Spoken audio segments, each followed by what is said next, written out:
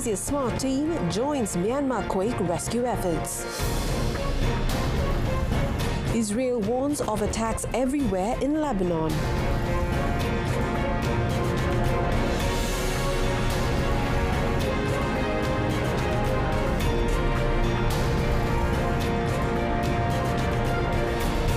Good afternoon and Salam Malaysia Madani. This is World Today. I am Olivia Nicholas. Rescuers dug the rubble of collapsed buildings in a desperate search for survivors after a powerful earthquake struck Myanmar yesterday. At least 694 people were killed as the quake damaged infrastructure across a wide area, including a skyscraper under construction in neighbouring Thailand. Much of the devastation was in Myanmar's second largest city, Mandalay, which lies close to the epicenter of the 7.7 magnitude quake that struck at lunchtime and was followed by a powerful aftershock and several more moderate ones. Leader of Myanmar's military junta, General Min Aung Hlaing, said there would be more deaths and casualties and invited any country to provide help and donations. The country declared a state of emergency across the 6 worst affected regions after the quake. In the Thai capital Bangkok, an official said at least 9 people had been killed and that toll is expected to rise. Rescuers were searching through the rubble of the tower block that collapsed in a matter of seconds. An emergency zone was declared in Bangkok, where some metro and light rail services were suspended. The quake was felt across the region, with China, Cambodia, Bangladesh and India all reporting tremors. My first time. Meanwhile, Prime Minister Dato Sri Anwar Ibrahim has expressed his deep concern over the powerful earthquake that struck central Myanmar and northern Thailand, resulting in tragic loss of life and severe destruction in Mandalay, Bangkok and nearby regions. He said the reports of collapsed buildings, trapped civilians and mounting casualties were deeply distressing. Dato Sri Anwar noted that the government is also closely monitoring developments in China's southern Yunnan, where tremors were felt and structural damage reported. On behalf of Malaysia, he said he extends his deepest condolences to all those who have lost their loved ones, and all prayers go to those injured and displaced. The Prime Minister further said Malaysia stands in unwavering solidarity with its neighbours and fellow ASEAN member states. At the same time, he said Malaysia also acknowledged the state of emergency declared by the authorities in Myanmar and the designation of Bangkok as a disaster-stricken area by the Thai government. He added Malaysia is ready to extend assistance and support humanitarian efforts as needed. In this time of shared grief and resilience, he hopes that recovery will be swift and the strength of regional bonds will bring hope and healing. The Special Malaysia Disaster Assistance and Rescue Team SMART has been mobilised to join in the search and rescue operation in the areas worst hit by the earthquake in Myanmar. Deputy Prime Minister Dato Sri Dr. Ahmad Zahid Hamidi said humanitarian aid to Thailand is also being coordinated and will be mobilised soon.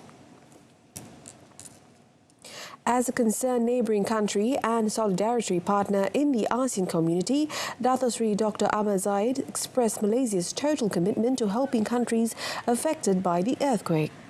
He said Malaysia, through the National Disaster Management Agency (NADMA), remains committed to strengthening regional collaboration in disaster management, particularly through the provision of expertise, technical assets and logistical support to alleviate the suffering of the victims and expedite the post-quake recovery process.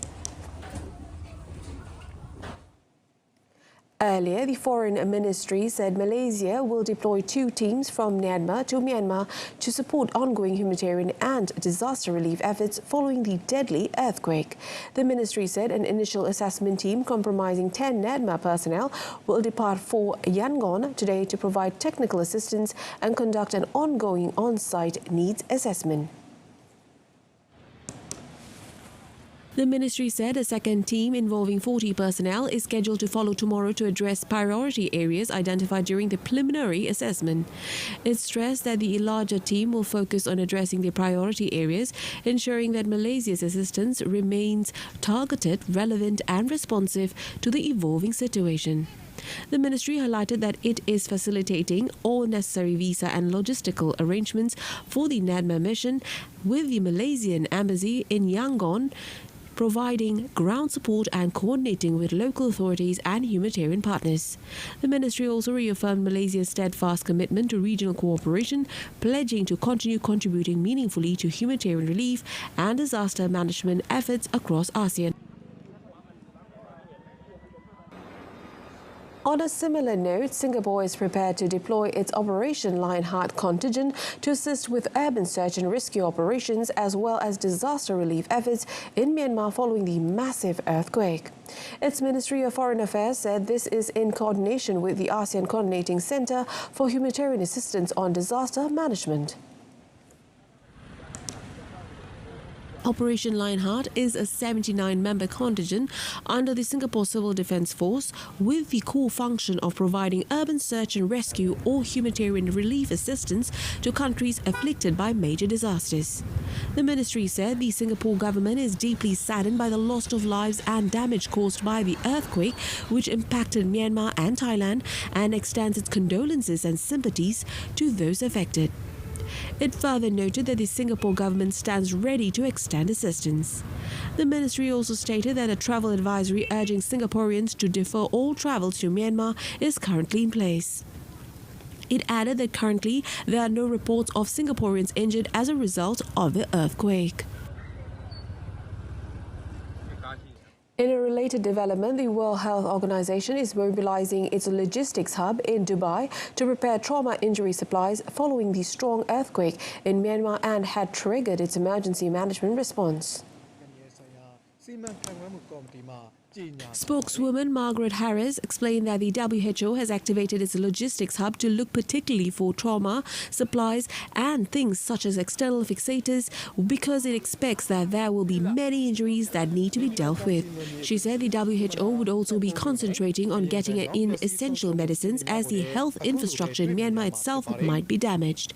The UN Health Agency already has a special cell to deal with Myanmar, which has been rocked by fighting between numerous ethnic opposition groups and the army. And by chance, the WHO had done an assessment in recent weeks of the best ways to get supplies into Myanmar. Meanwhile, the medical charity Doctors Without Borders called for rapid access to affected areas and the timely approval of supplies and personnel. It said the ability to deploy assessment teams and ideally surgical teams is crucial in the first hours and days after the earthquake to deliver life-saving surgical care for the injured. Israel said it will strike anywhere in Lebanon it sees as a threat after it bombed Beirut for the first time during the fragile 4-month-old truce with Hezbollah. Lebanese Prime Minister Nawaf Salam described the strike on Beirut's southern suburbs as a dangerous escalation, and French President Emmanuel Macron called it an unacceptable truce violation. The Health Ministry reported no casualties from the Beirut attack, but said Israeli strikes in the south killed at least 5 people. Israel has continued to carry out often deadly air raids in southern and eastern Lebanon since the ceasefire, striking what it claimed to be Hezbollah military targets that violated the agreement. But yesterday's was the first in the capital's southern suburbs since the ceasefire. It came after the military warned residents to immediately evacuate the area. Lebanon's state-run national news agency said Israel also bombarded around a dozen areas of the south, killing at least 3 people in Kafar, Tebnit near Nabateh, and 2 in nearby Yormo. Under the terms of the ceasefire, Israel was due to complete its troop withdrawal from Lebanon by 18th of February after missing a January deadline, but it has kept soldiers in 5 places it deemed strategic. A senior Hamas official said talks between the Palestinian group and mediators over a ceasefire deal are gaining momentum as Israel continues intensive operations in Gaza. A member of Hamas political bureau, Bassem Naim, said the group is hoping that the coming days will bring a real breakthrough in the war situation following intensified communications with and between mediators in recent days. Palestinian sources close to Hamas said that talks began on Thursday evening between the Palestinian group and mediators from Egypt and Qatar to revive a ceasefire and hostage release deal for Gaza. Naim explained that the talks aim to achieve a ceasefire, open border crossings and allow humanitarian aid into the territory. Most importantly, he said the proposal aims to bring about a resumption in negotiations on the second phase, which must lead to a complete end to the war and the withdrawal of occupation forces. A fragile ceasefire that had brought weeks of relative calm to the Gaza Strip ended on the 18th of March when Israel resumed its bombing campaign across the territory. According to the Health Ministry in Gaza, at least 896 people have been killed since Israel resumed strikes.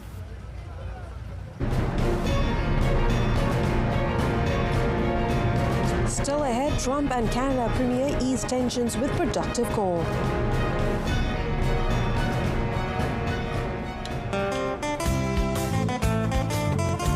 Hai, bersama-sama kami Awatar AI Berita RTM, saya Aaron Lim. Dan saya Cik Rita. Musim perayaan ini kami ada sedikit pesanan. Sebelum keluar dari rumah, pastikan pintu dan tingkap dikunci. Jangan lupa tutup suis dan paip air juga. Periksa kenderaan dulu sebelum memulakan perjalanan. Rancang perjalanan dan sentiasa berhati-hati ketika memandu. Pakai tali pinggang keledar dan elakkan penggunaan telefon bimbit. Kalau rasa penat atau mengantuk, lihat sekejap di R&R yang disediakan atau berhenti di tempat yang selamat. Pantau juga anak-anak kecil ketika berhari raya. Adik-adik, jangan main mercun. Bahaya. Hari raya memanglah makanan sedap-sedap, tapi makan kena beringat juga. Kurangkan makanan berlemak dan bergula. Akhir sekali, pada hari raya ini, hargai setiap detik bersama yang tersayang. Pesanan ikhlas daripada kami di RTM, teman setia anda. Selamat Hari Raya Aidilfitri. Maaf zahir dan batin. Syukuri Syawal. Syukuri Syawal.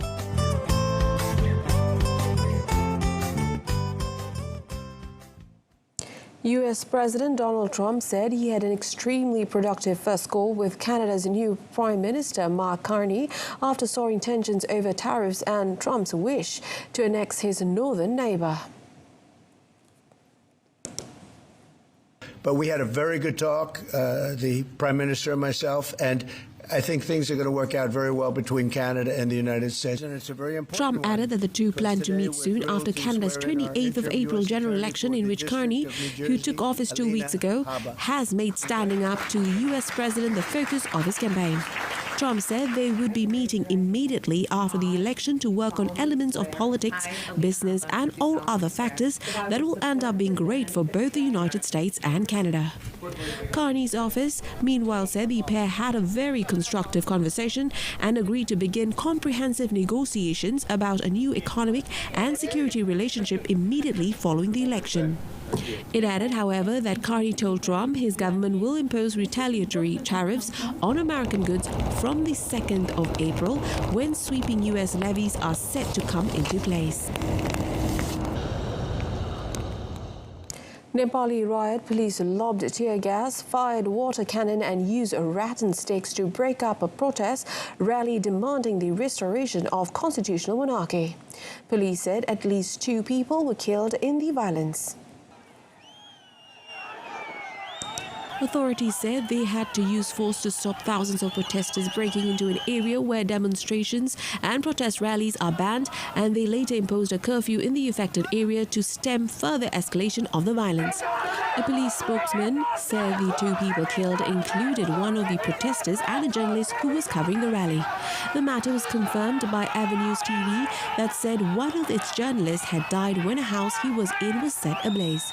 Another Nepal police spokesman, Shekhar Kanal, said protesters had set fire to a private house and a vehicle, adding that 17 people, including 3 police personnel, were injured. He added 3 protesters are in police custody. The government declared a curfew in areas of the capital and security personnel were deployed on the streets. The protests were the largest since 2023 and demonstrated the growing base of support for the return of the king in Nepal. A man suspected of causing massive wildfires in South Korea's southeastern region will be summoned for questioning next week for allegedly violating the Forest Protection Act.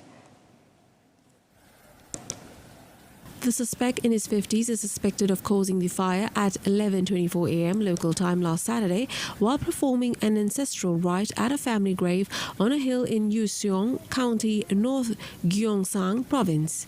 The fire rapidly spread due to gusty winds amid dry conditions, devastating the region. The Special Judicial Police affiliated with the Yuseong County government planned to conduct a probe into the man on Monday, having already completed a preliminary investigation involving his daughter.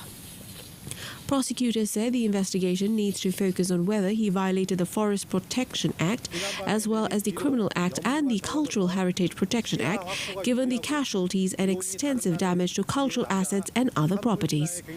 According to officials, they also called for joint investigations with the police and relevant authorities as the wildfires affected a total of 5 cities and counties in the province.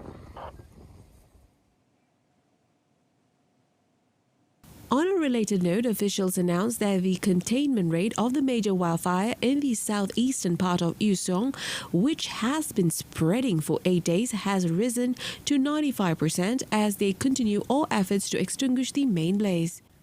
About 40 firefighting helicopters and some 2,100 personnel were deployed to fully contain the wildfire in Yuseong and other regions in North Gyeongsang Province.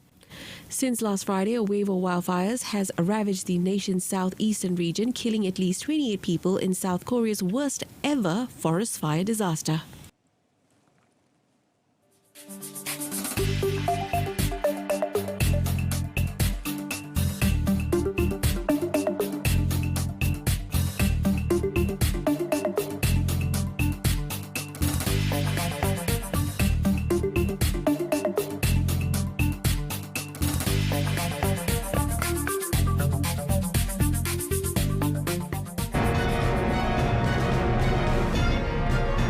Next up in sports, Brazil sacked coach Dorival after humiliating loss to Argentina.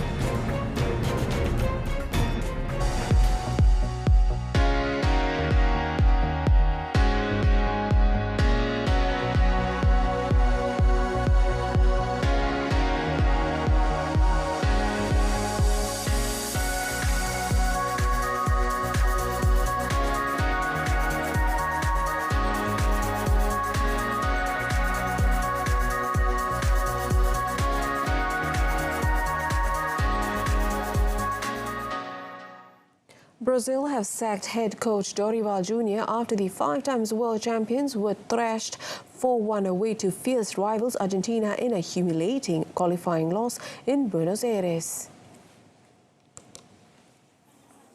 The 62-year-old was appointed in January last year after the team spent a year under 2 caretaker coaches as the Brazilian FA were unable to lure Italian Carlo Ancelotti from Real Madrid.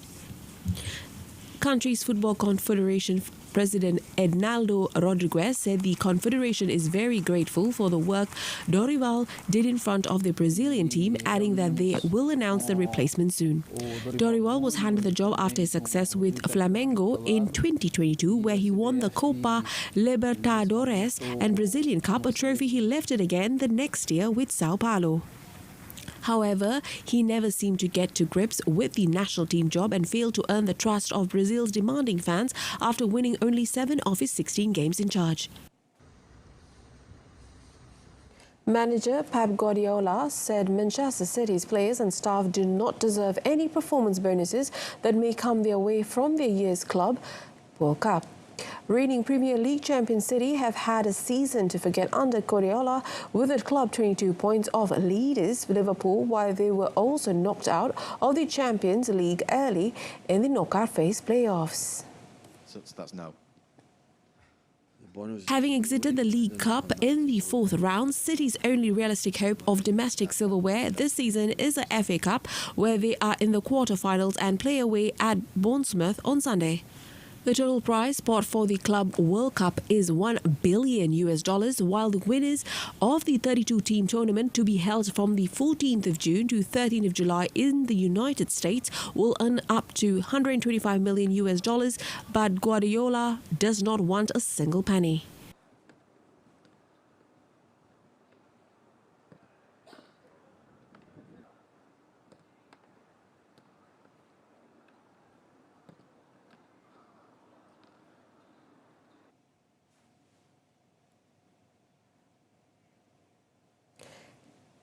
Having exited the league club in the fourth round, City's only realistic hope of domestic silverware this season is the FA Cup, where they are in the quarter-finals and play away at the Bournemouth on Sunday. The total prize pot for the Club World Cup is $1 billion, while the winners of the 32-team tournament, to be held from the 14th of June to the 13th of July in the United States, will earn up to $125 million, but Guardiola does not want a single penny. Osasuna have filed an appeal with the Spanish Football Federation stating Barcelona should not have fielded defender Inigo Martinez in the La Liga game over a technicality as he sat out Spain's matches with an injury. Martinez, who withdrew from the Spain squad for their Nations League games due to a swollen right knee, played the full 90 minutes in Barcelona's 3-0 win on Thursday. Osasuna, in a statement, said that the participation of Inigo Martinez in Thursday's match violated Article 5 of Annex 1 of the FIFA regulations on the status and transfer of players. They added that the Spanish absence from the national team was due to a medical leave and he was not eligible to play in the match in accordance with FIFA regulations. The result left Osasuna 14th in the standings, 6 points clear of the relegation zone. Barcelona were originally meant to play Osasuna on the 8th of March, but the death of Barca club doctor forced the game to be rescheduled to the 27th of March, just 4 days after Spain's match, as there was no other date available. Both clubs had appeals for the fixture to be postponed rejected, with Barca unable to field some of their players, such as one of their top scorers, Rafinha, who had just returned from international duty. In tennis, Novak Djokovic moved to within one win of his 100th career title, outclassing Grigor Dimitrov 6-2, 6-3 to cruise into the final of the Miami Open. Djokovic, who now has a 13-1 record against the Bulgarian, totally dominated the contest, which was over in 69 minutes. After being broken to start the match, Djokovic quickly settled, breaking back in the next game and again for a 4-2 advantage on a mishit forehand by 14th seed Dimitrov. The Serbian pocketed the first set when the Bulgarian's volley sailed long, and he maintained the momentum in the second to race to a 3-0 lead. Djokovic pounded an unreturnable serve on his second match point to improve to a 13-1 career record against Dimitrov. The fourth seed's serving masterclass in South Florida showed no sign of letting up in the semi-final. He missed just 6 first serves while pounding 5 aces to 1 double fault. The match between Djokovic and his 33-year-old opponent was the oldest semi-final in Masters 1000 history, with a combined age of 70. After a slow start to the season, Djokovic has his swagger back and his eye on his 100th win. Dimitrov has now lost 10 straight matches against the Serb and now philosophical in defeat. In the women's draw, Philippine sensation Alexandra Ela's remarkable run at the Miami Open came to a brave end with a 3-set loss to Jessica Pegula in the semi-finals. In an enthralling battle over 2 hours and 24 minutes, 4th-seeded American Pegula emerged with a 7-6, 5-7, 6-3 win to seal a place in the final against world number 1 Ariana Sabalenka. The 19-year-old Ela, ranked 140th in the world, had only 2 WTA main draw victories to her name before arriving in Miami. She proceeded to beat 3 Grand Slam winners, Jelena Ostapenko, Madison Keys, and world number 2 Iga Swiatek. The lowest-ranked semi-finalist in the tournament's history, Ela seriously threatened to go one step further with another accomplished and effervescent display. The tide looked to have turned against her when Pegula broke to go 3-1 up in the second set, but Ela broke back, and her first pump and look of determination was a sign of things to come. Ela broke Pegula 3 times in the set and was broken twice herself, but crucially was able to hold when serving for the set at 6-5. Both players projected their serve better in the deciding set, but Ela's forehand let her down when the American broke to go 5-3 up, and she served out for a victory that brought her visible relief. That's a lovely...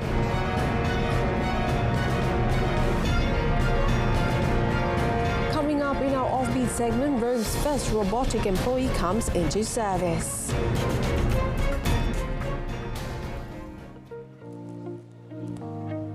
Rome's first robotic employee came into service in the iconic ancient Rome temple of Hadrian and Vibia Sabina, welcoming tourists and providing information on the history of Rome. The robot is equipped with artificial intelligence and advanced robotic hands with artificial muscles that allow it to shake hands and hold objects. Adriano can provide information in both Italian and English about the history of Rome, but it is still learning as developers are working to add other languages to its software. The robot, equipped with 36 sensors for mapping and self-localization, has humanoid features that allow it to express emotions through realistic facial expressions, enabling more natural and engaging communication with users. The initiative, which involved a team of over 30 people, is the result of an 18-month-long collaboration between the Chamber of Commerce of Rome, the Italian Institute of Technology, the Sapienza University of Rome, and QB Robotics. Developers are working to allow a remote visit to the temple of Vibia Sabina and Hadrian through Adriano, offering a unique immersive experience to those who cannot be physically present but simply equipped with a visor. The iconic Yoshino cherry trees lining Washington, D.C.'s tidal basin burst into full bloom, drawing scores of visitors to the tradition that is associated with the beginning of spring in the U.S. Capitol. The National Park Service announced that more than 70% of the blooms are open, marking the start of the phase known as peak bloom. According to local meteorologists, the length of peak bloom depends on weather conditions. During ideal weather, the peak can last for several days. Yesterday dawned as a partly cloudy day in Washington, with moments of sunlight brightening up the pink and white blooms billowing around the water. Even the cloudy moments did not dampen the enthusiasm of many visitors who used terms like majestic, stunning, and gorgeous to describe the scene. They are absolutely stunning. I have never seen anything this gorgeous in my entire life. It's just the perfect day. The sky is blue and the trees are just perfect. The National Park Service said it is anticipating thousands of visitors to the cherry blossom trees this weekend, with unseasonable warm weather expected.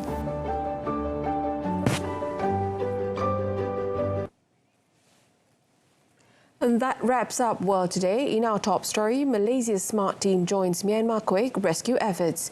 Tune in to Malaysia Tonight, coming up at 8:30 p.m. on TV1 and Salah on Berita RTM. Till then, I'm Olivia Nicholas from the river to the sea. Palestine will be free. Thank you for watching and have a fantastic day, Malaysia.